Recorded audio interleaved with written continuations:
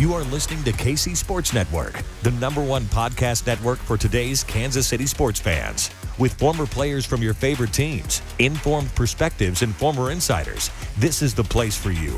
KC Sports Network is proudly presented by Emprise Bank, your partner in possible. Welcome to another 3-Maw Pod. I'm Cole Manbeck, joined as always by Derek Young of On 3, K-State Online.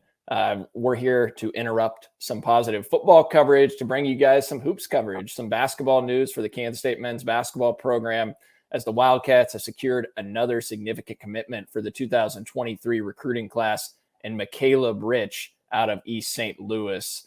It's a huge commitment for Kansas State, maybe a guy that, you know, has gone a little bit under the radar on the recruiting trail in the circuit. When you look at his choices, he chose Kansas State over Ole Miss, Missouri, and University of Illinois, Chicago. But this is a guy that was blowing up late in the recruiting trail, and we'll get into the details of his recruitment and what Kansas State staff thinks of him. We'll get Derek's thoughts on that.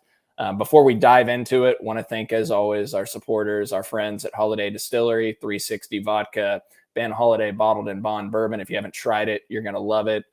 Try all the different flavors of 360 Vodka. We appreciate the support of them. They supported us this weekend at Tanner's when we did the live show in Aggieville in Manhattan. Had $3.50 specials on drinks, on vodka.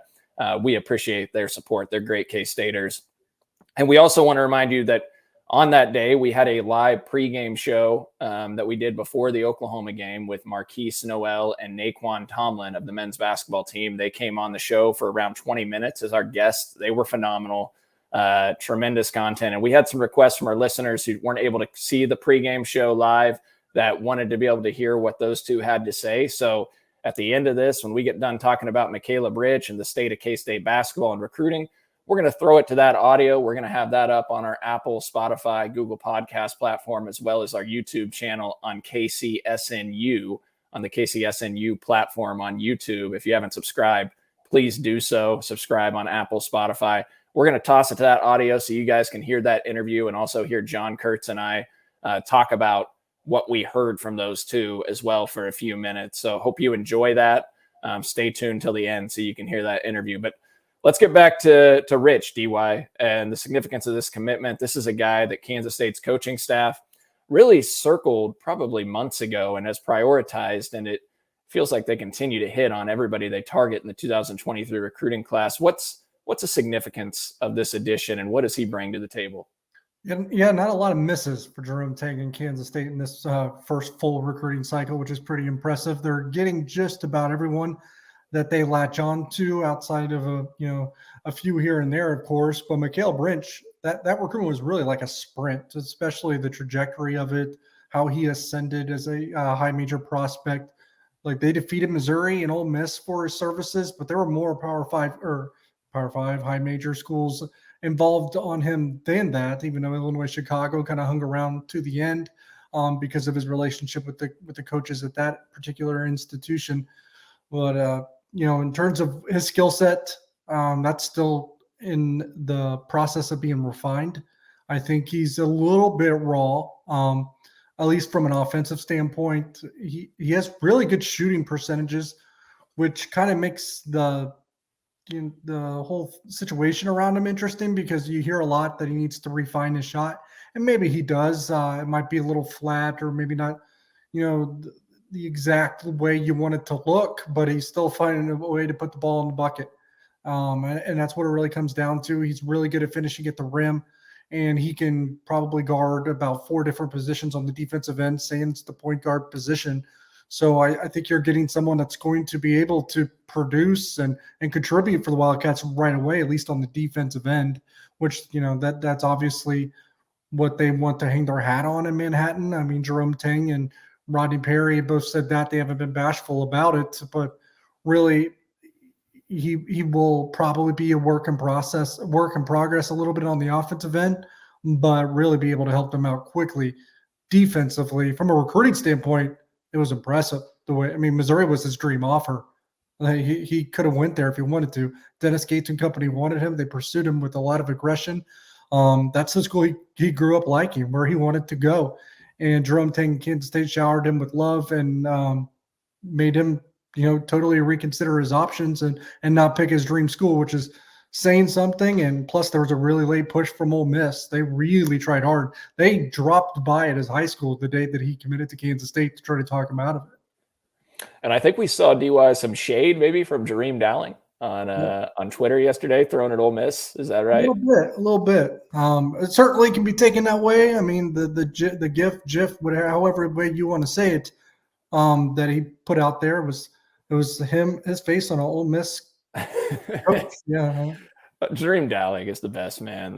He is so good on social media, Twitter, Instagram. If you don't already follow him on Insta. You'll enjoy it. He's the one that got me hooked on IG. I wasn't ever on Instagram until Jareem Dowling came in. So shout out, Jareem. We appreciate you. We appreciate the men's basketball staff, everyone associated with that program. Let's set the stage for you guys a little bit more. DY just kind of did the breakdown of his game. Rich is 6'6", 225-pound forward that averaged 19 points and nearly 11 rebounds per game at East St. Louis Senior High just this last season. The recruiting rankings, the metrics, they're kind of all over the place with him. And I think this is a guy that's probably going to be in the consensus top 150 by the end of his senior year and on most of the sites. So currently 24/7 has him ranked as the number 129 player in the country and the number 3 player in the state of Illinois. Rivals has him as a 3-star. On3 currently lists him and theirs as the 34th best small forward, I believe, in the country and number 7 player in Illinois. But Jamie Shaw, yeah, you go ahead, DY. Go ahead. Jamie Shaw is already, for On3, the national recruiting analyst has already said that Rich will be in the top 150 in the next reboot. Yeah. Yeah, so Jamie Shaw, national recruiting analyst for On3, absolutely loves Rich's game, and we're actually trying to make something work where we can have Jamie Shaw come on as a guest at some point with us to talk about this recruiting class that Kansas State has assembled. So more to come on that. Hope to have something lined up for you guys, and also to talk about Rich's game because he's a big fan of it. Explosive, athletic freak that DY mentioned. Probably needs to refine some of his offensive game, his jump shot ability, but kind of that guy that can guard every position, right? You talk about positionless basketball. He's a versatile defender that could probably guard a actual guard, a point guard, even if needed on the switches, the ability to switch on offensive players, go down in the post as well and switch onto guys, and just the ability to get out and run and transition, how athletic he is and how explosive he is. It's a big time addition. I think DY, no matter what the recruiting rankings say, Kansas State staff views him as a top 100 player, even better.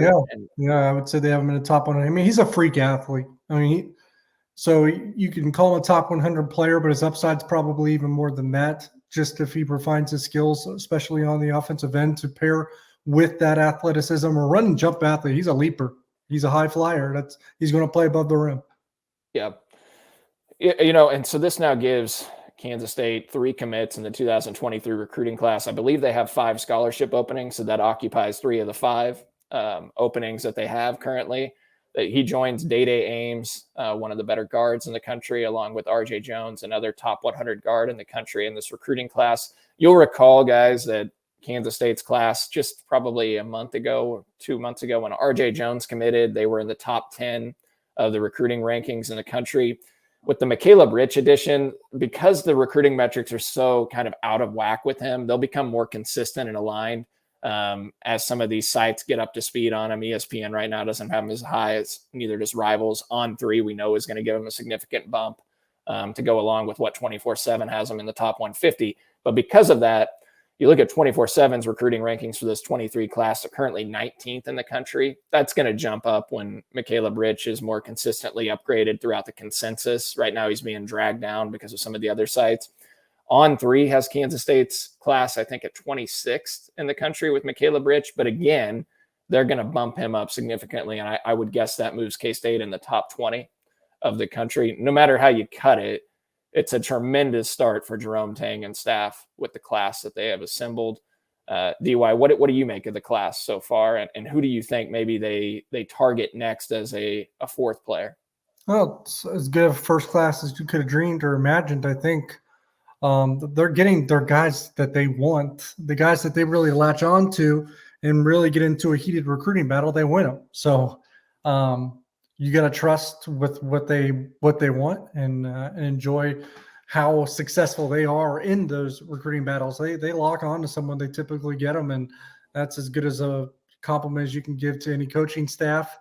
I think they're poking around a little bit and are taking a hard look at Cameron Carr, and he's going to be an official visit this weekend. He's also considering Northwestern. Obviously, former Kansas State assistant Chris Lowry is at Northwestern and recruiting Cameron Carr, so going locking heads there a little bit. We'll see what comes of Cameron Carr's visit. He's a guard. Obviously, used to be in Manhattan, Kansas, because his father, Chris Carr, was on the women's basketball staff at one point.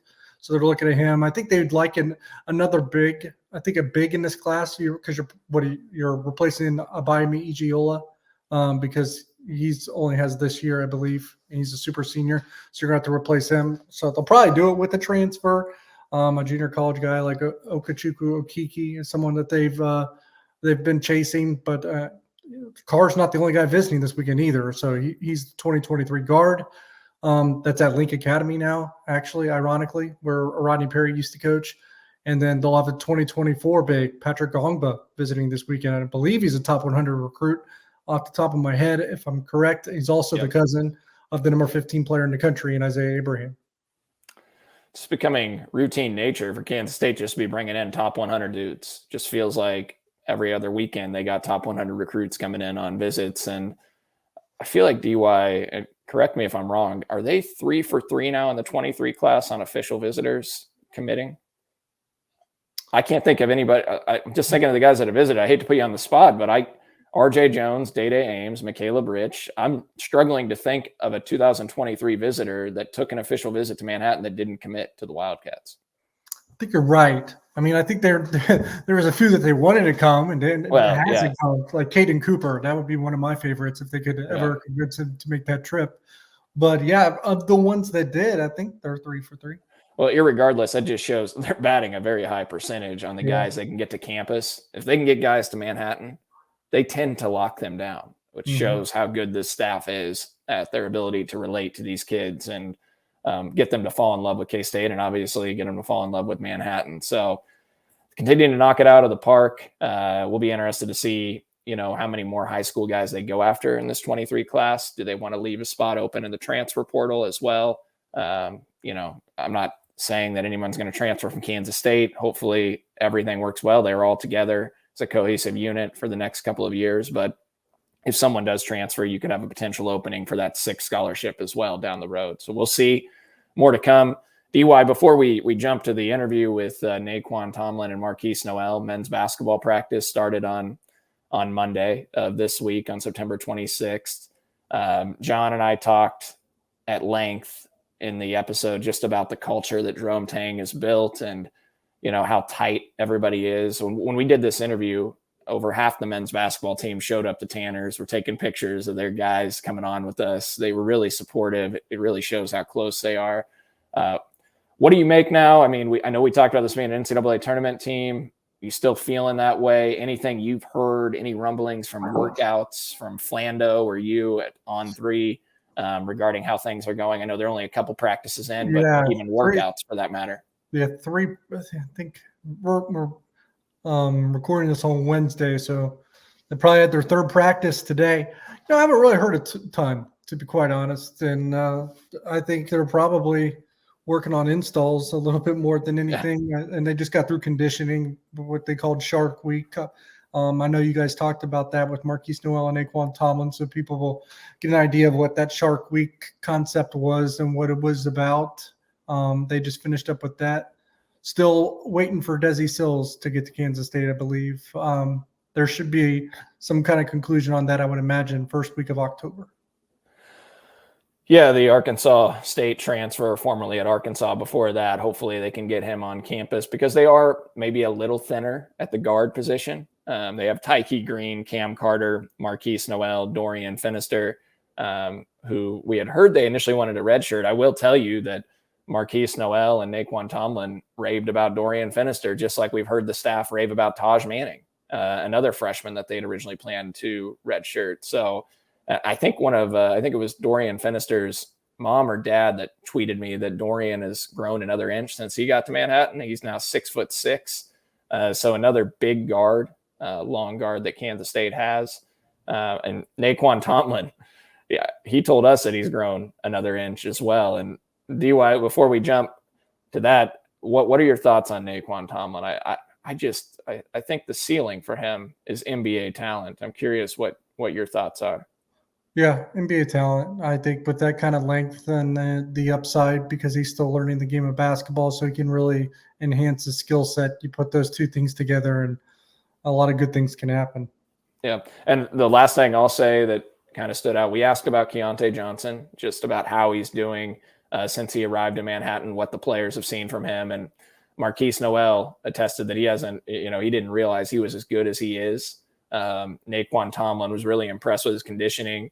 So just a couple of highlights there. It sounds like Keontae Johnson, the big time get, the transfer from Florida, former SEC preseason player of the year, SEC first teamer, is really fitting in and will be a significant addition for this team to take them to that next level. So you've heard us talk about it. Let's go ahead and send it to the interview. If you're watching on YouTube, you can see it there. Otherwise, you can hear it on our Apple, Spotify, Google podcast platforms.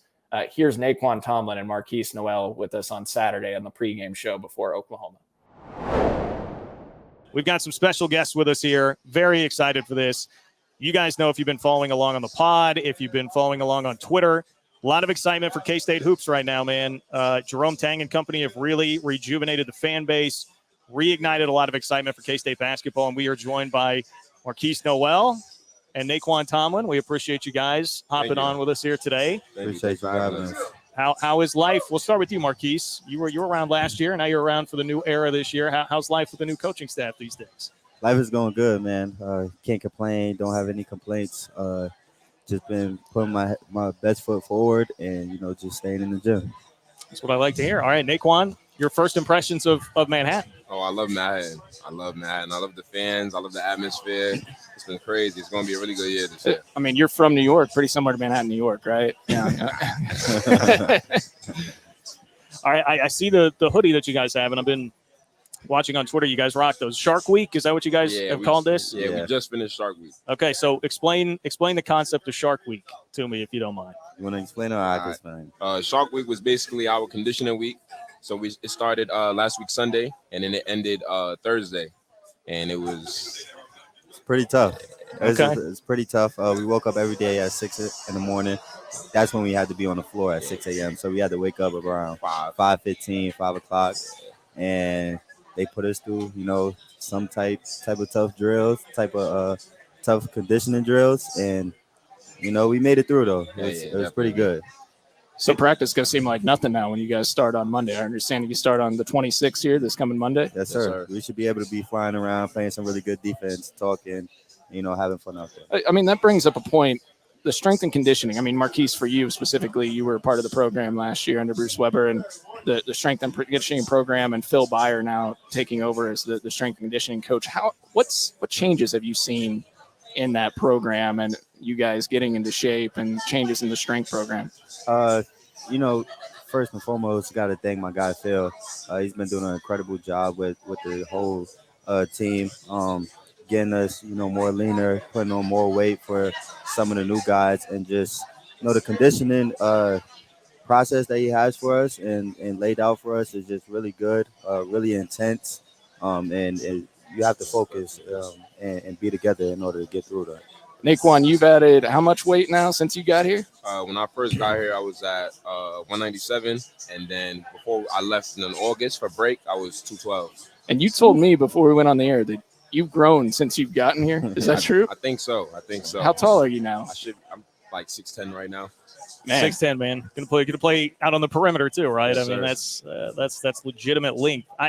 Who do you compare yourself to, or like who would you want to compare yourself to, or hope that your ceiling reaches that potential of?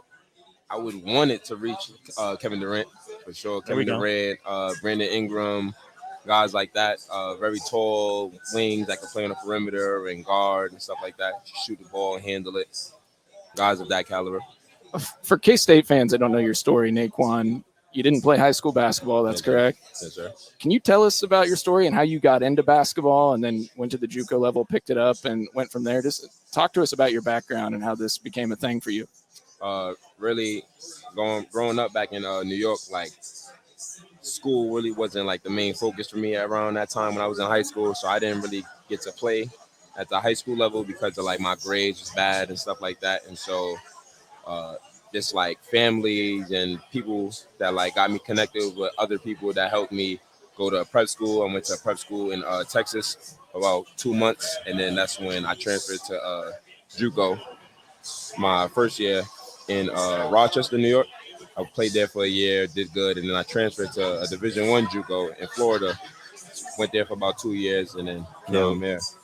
Did good there, killed. Yeah. I mean, now he's here. I expect Nae'qwan to probably be a little humble with this. I'm going to ask you, Marquiz, what's his potential? How good could he be? What are some of the things you've seen that have really flashed? Man, he has some really good potential, some NBA potential. As long as he keep working, as long as he keep doing the right things, he'll be really good, and you'll see his name in the NBA one day.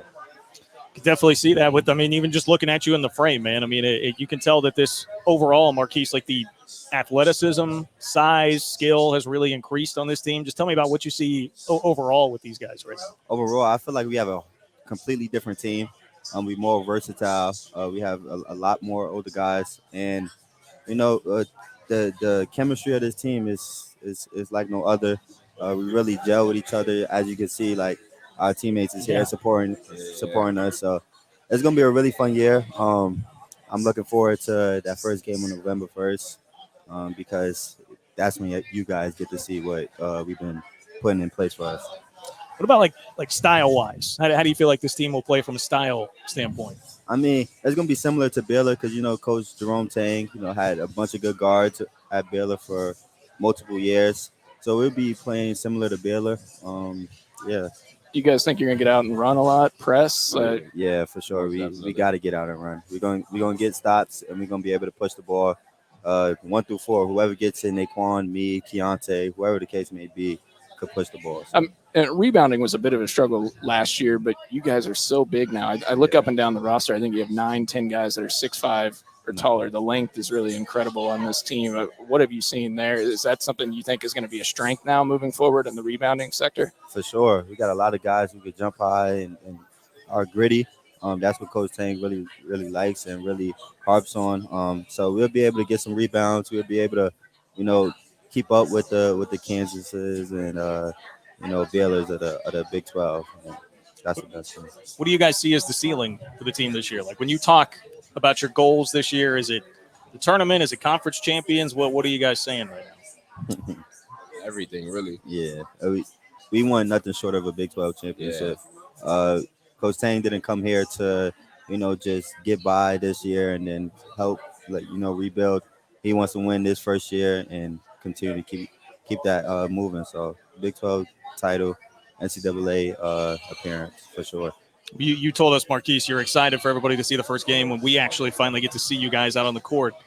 From when you guys have been just hooping on your own, playing open gym, what's been the biggest wow moment that you've had? Who's had the best play or the best moment so far? Wow. Playing? You got it.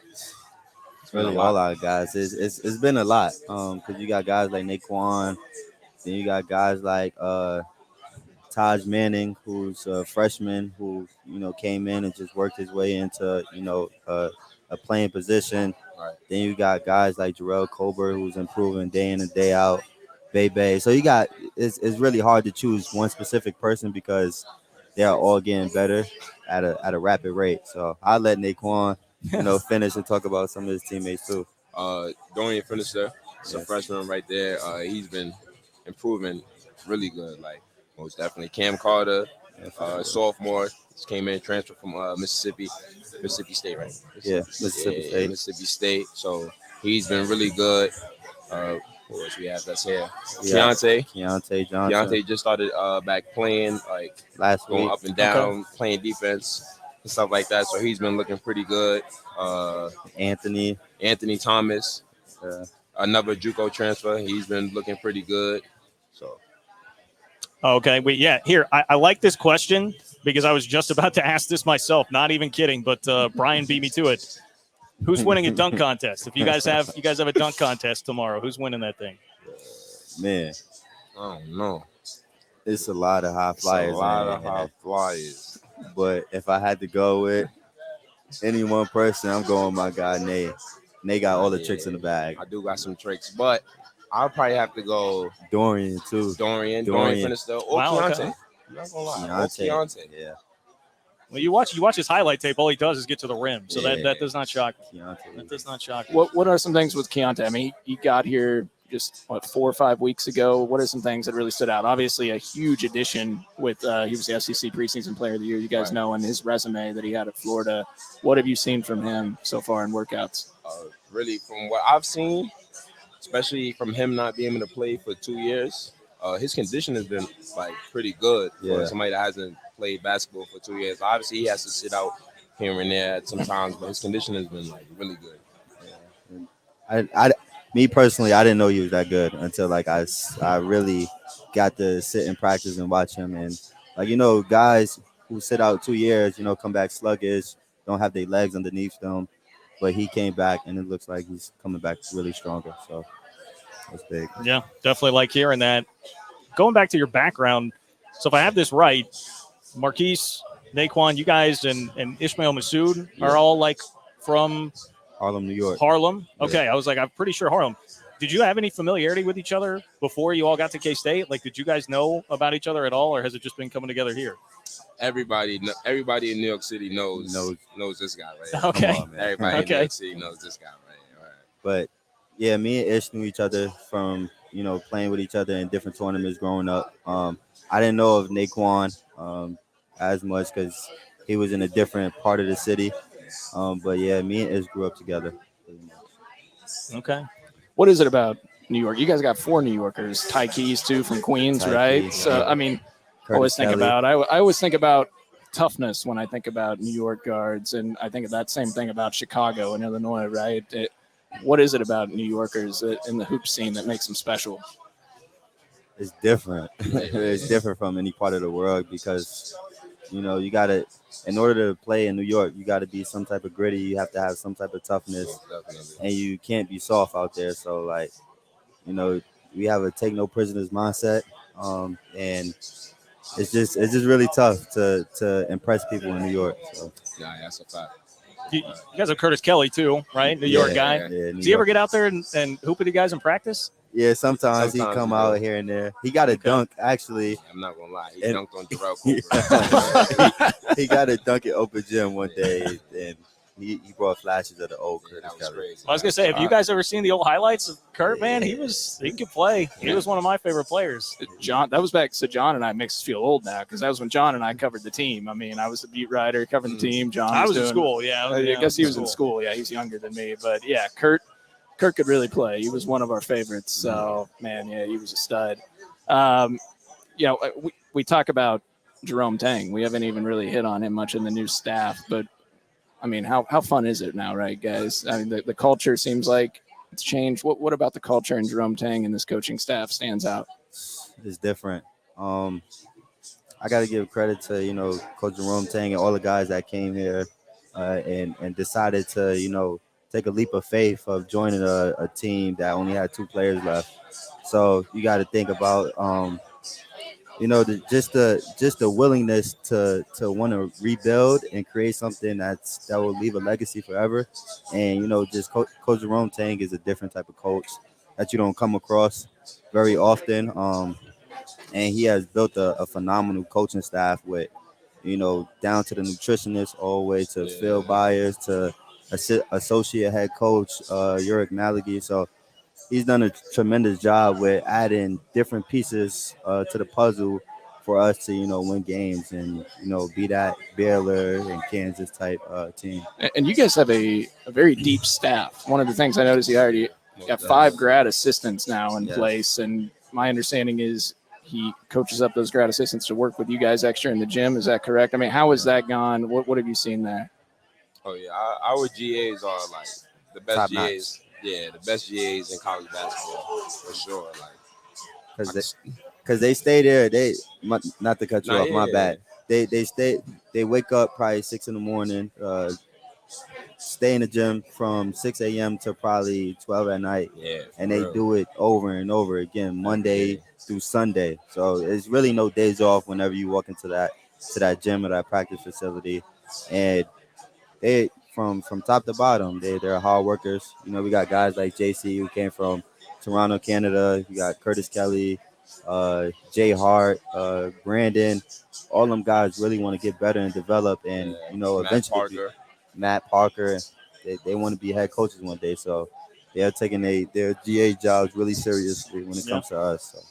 Well, you know, I got to ask about my guy Jareem, because his IG, man, is pretty fun. All right, so like, is there a coach out there in the country who's got a better IG than Jareem Dowling? No, not at all. Not at all. Well, what is he like as a coach? Tell me about what the relationship's like with Jareem. He's funny, just like what you see on Instagram and stuff. That's exactly him. How he is. Exactly him. He's him. He's unapologetically him. He's gonna love on you. He's gonna be hard on you. He's gonna coach you hard. But at the end of the day, you know it's all love. So he's really funny when it comes to being in practice with him. Oh, yeah, most definitely. Well, speaking of Jareem's IG, I think I saw about a month or two ago you guys doing some karaoke in the basement of one of the coach's house. Yeah, I saw some of you guys really rocking out. First of all, it seems like the atmosphere, the culture you guys are, you spoke to it being really close, but speak to some of these get-togethers you guys have, and I'll ask a fun one. Who's the best karaoke guy on the team, and could you rap out some lyrics for us here on the spot? That may have been a step too far. Listen, I'm okay with asking who the best. All right, I'm sorry. You got to ease them into well, that. Yeah, that's my bad. But you know what I saw? I thought Nae'qwan looked like he might have been. Nae'qwan was definitely one of the best that put on. Yeah. I probably had the best performance. Which was him what? And Austin Clark. What did I do? I did was that Candy Rain? Candy Rain, yeah. Candy Rain. I think that's for Soul. Him and Jarrell. Yeah, me and Jarrell, we did that song. Okay. Yeah, see, well, we got like half of a lyric there, Cole. I think that probably counts. Yeah. We got like half a lyric. How did Coach Tang do? I don't even remember if I see Coach Tang? He did good. He did like a tribute to his wife. Yeah. Okay. Smart. Very nice. Yeah, that is smart play. That is very smart. All right, we're about to watch a football game tonight. That's right. Who are you guys tight with? Some of the football players? Like who do you have the best relationship with on the football team? For me, it's probably Julius Brents, Phillip Brooks, Felix. I'm pretty cool with Felix and Duzwan. So those guys are really my guys. Yeah. What do you think of tonight for the game? I think they're gonna be locked in. Coming off that loss, I feel like that they're gonna really put on and make a statement today. That's my prediction. Most definitely. I think they're gonna start the conference off right. I think Cole, did you already ask him who would be the best football player? Yeah, who would be the best football player? How do you guys on our team? Yeah. Probably me. I mean, it's 6. All you got to do is just lob the ball up in the end zone, man. That's it. Yeah. Go up and get it. I mean, I saw him running a post route on the football field and 6'10", just galloping down the field. I mean, it was pretty impressive. Yeah. So, Marquiz said he'd be a running back? I'd be a running back. I'd be similar to Deuce. Well, I was going to say, you're like Deuce. Yeah. Exactly. All right, well, hey, as we kind of wrap up here, just anything else you guys want to tell the fans that are watching here about the upcoming season? Thank you for all your support. Come out. We would love to have you. Y'all make a really huge difference when we see y'all in Bramlage and on the road. Y'all give us all the energy that we need in order to perform. So most definitely continue to keep supporting. Love that. Guys, really appreciate the time and coming to hang out with us. Thank Again, get out to Bramlage this year, support these guys. Thank you so much for coming, and we can't wait to watch you play, man. Thank you for having us. Appreciate you guys. Thank you, guys. Thank you. We appreciate you. Nae'qwan, Tomlin, Marquiz, Nowell joining us here on 3 Mile Live from Tanner's. Awesome stuff with them. Really appreciate that. And, man, I'm fired up. I know we got a football game against Oklahoma coming up here, but just getting to be around these guys more, like you said, Cole, you asked them a couple of times about the culture of the team. Like, it's so apparent. Like, we have seen – not only was half the team basically here when we came in, but now more of the team has showed up. Like different guys have come in and out. Like all of these guys want to come and support each other here, which I know that seems maybe trivial, but to me that really does resonate, especially after, I mean, there was just a lot of drama towards the end of last season. It's just so refreshing to see. Right? It stands out. I mean, the locker room seems to be incredibly close. I mean, you don't see this often. I mean, now we got Ish Masood over here. We've had 8 or 9 of the players on the team that have showed up. 6 of them came in together earlier and showed up bright and early. And the guys was really special. Marquiz and Nae'qwan, as soon as we asked them to do this they jumped on it right away. They were excited to engage with the fans. When we put it out on social media that they were going to come on with us, there was energy. All the coaching staff was tweeting it out too. They want to promote their guys. They want to promote these players.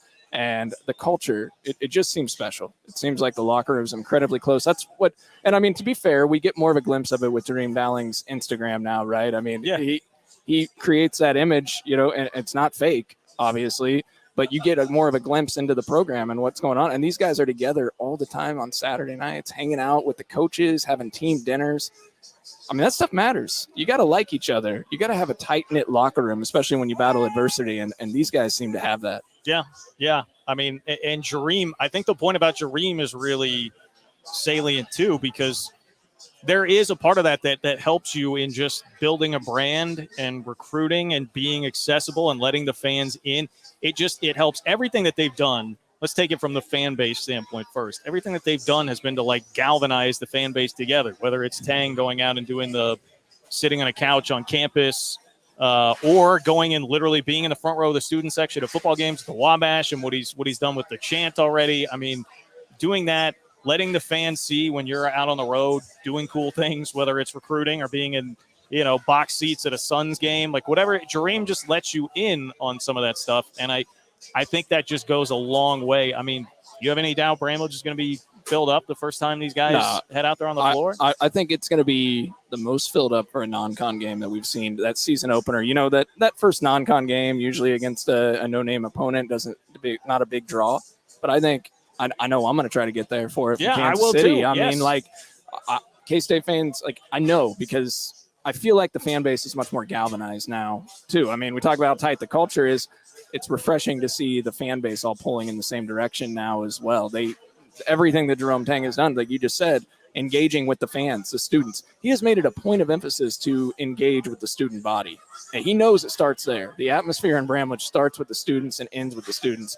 And he could not have done a better job of engaging with every game. I mean, we don't need to talk about the chant as well, but that just shows you how well he relates to them, that he killed that off in 2 weeks, essentially, just by the way he relates to them and jumping in the student section. And so, no, I think Bramlage is going to be a lights-out atmosphere this year, especially if they get off to a great start. I mean, it's the most excited I have been for a K-State basketball season. Like, I was almost more excited. This offseason, we talked more hoops at one point than we did football. Like, we could not get enough of Jerome Tang and the staff, and then you add Keontae Johnson into the mix, and it just builds, man. I think they're going to be a good team.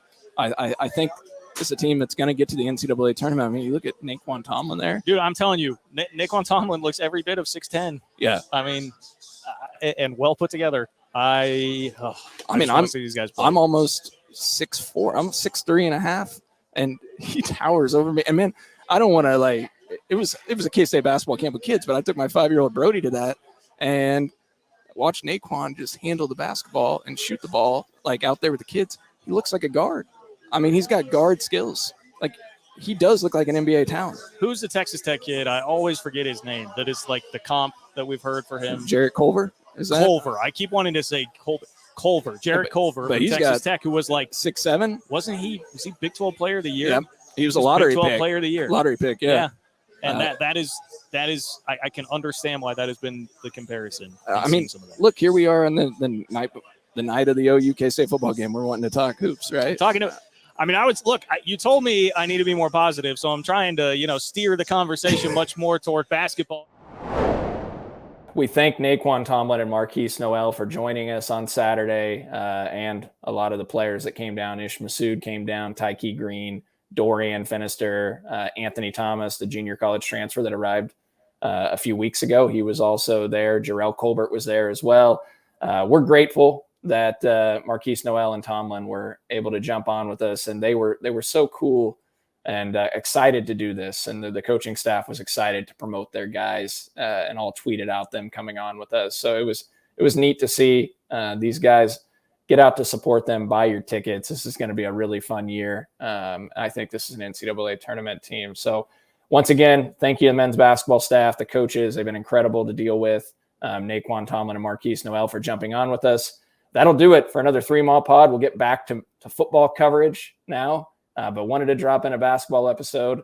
For Derek Young, I'm Cole Manbeck. signing off for another 3 Month.